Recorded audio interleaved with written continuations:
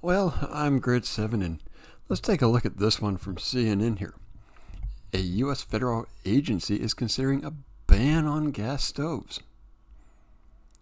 A federal agency is considering a ban on gas stoves, a source of indoor pollution linked to childhood asthma. In an interview with Bloomberg, a U.S. Consumer Product Safety Commissioner said gas stove usage is a hidden hazard. Of course it is. And of course, no, they link this one right here as a fear-mongering thing that media does. Oh my goodness, it's hitting children. So we'll see this as we go on through. Any option is on the table. Products that can't be made safely can be banned. Just think about that phrase. Products that can't be made safe can be banned. That's what they want. This was by Commissioner Richard Trumka Jr. And said the report said the agency plans to take action to address the indoor pollution caused by the stoves. The CPSC has been considering action on gas stove for months.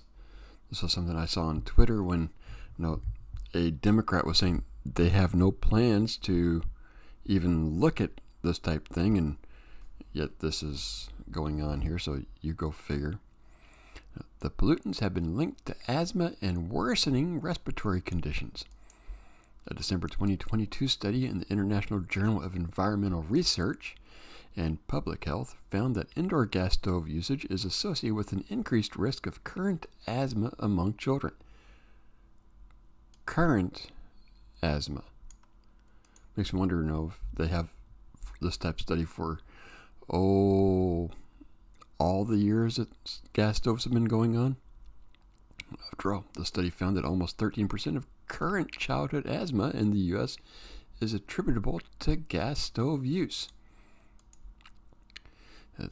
The agency plans to open public comment on gas stove hazards. Options beside a ban include setting standards on emission from these appliances. And 35% of households in the U.S. use gas stove, and the number approaches 70 in some states like California and New Jersey. We always have heard, natural gas is a clean energy. But this paper will tell you otherwise. Other studies have found these stoves emit significant levels of nitrogen dioxide, carbon monoxide, and fine particulate matter, which without proper ventilation can raise the levels of indoor concentration levels to unsafe levels as deemed by the EPA.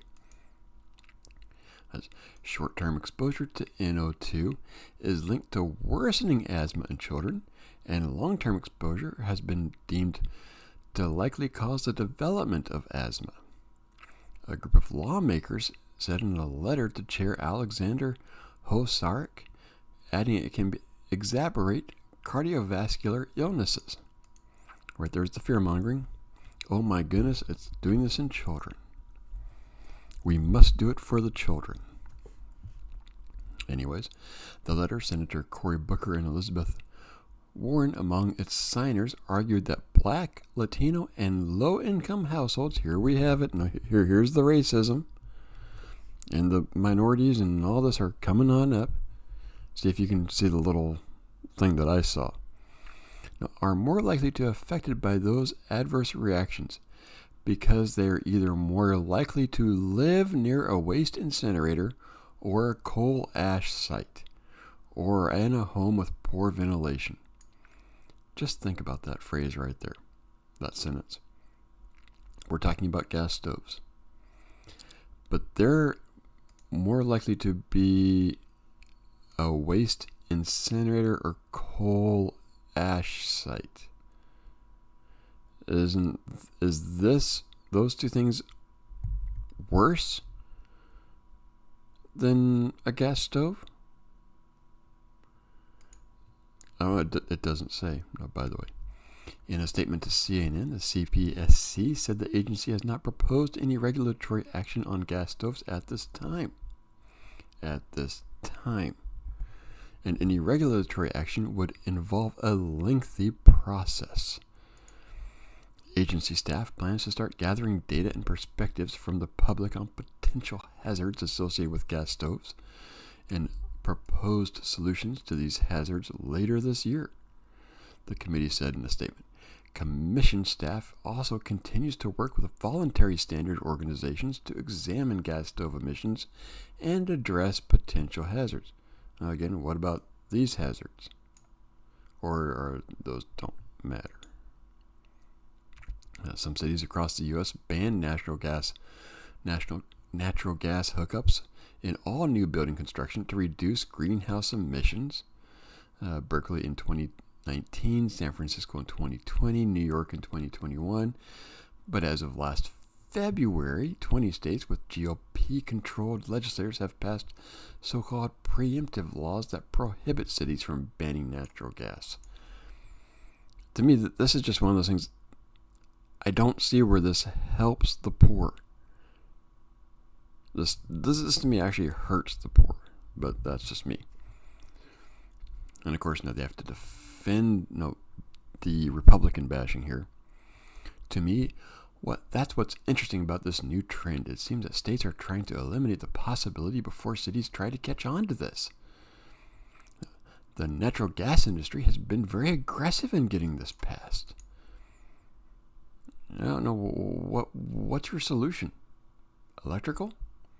Yeah, California's already doing all this type of stuff. Texas is, and every time it gets cold, their energy grid has a problem. And California, this is like every time you turn around, there's a problem there. And these people want to add more to the electrical grid. Do they even realize what the bleep they're trying to say? But in a statement to CNN Business, the Associated Home Appliance Manufacturer said, an improvement in ventilation is the solution to preventing indoor air pollution while cooking. And that is. How many people have these hoods and all that type of stuff, and how many people actually use that thing? A ban on gas cooking appliances will remove an affordable and preferred technology used in more than 40% of homes across the country. A ban of gas cooking would fail to address the overall concern of indoor quality while cooking, because all forms of cooking, regardless of heat source, generate air pollutants, especially at high temperatures.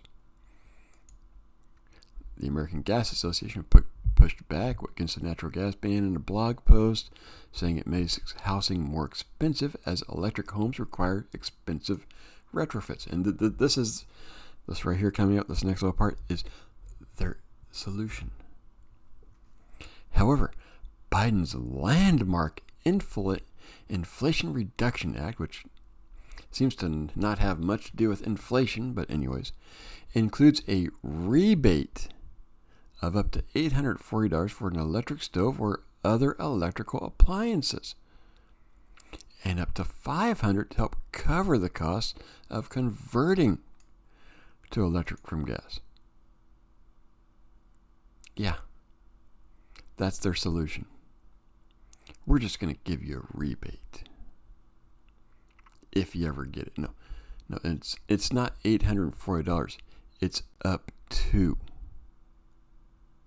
No, they kind of gloss over that part. No, up to. Doesn't mean you're going to get $840. It's whatever the government tells you that you're going to get. Oh, what do you think? Government overreach? Are they doing whatever? Let me know. Grid7, like, subscribe, leave a comment, help me out on YouTube and all that type of stuff. Come on over to Rumble. It's actually much better, and I'll see you next video.